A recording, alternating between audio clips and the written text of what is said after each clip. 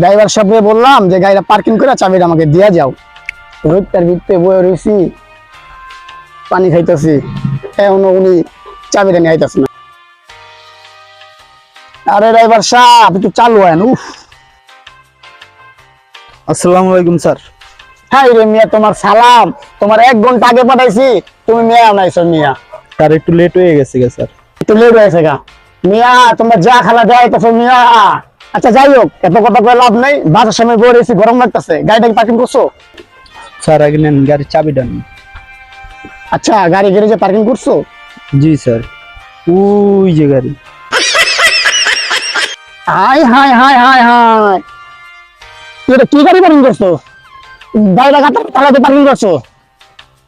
আজকে আপনার খবর আছে রে, কি যে করবো রে তোরে আমি। ওই বেটা, কি ড্রাইভার লইছি আমার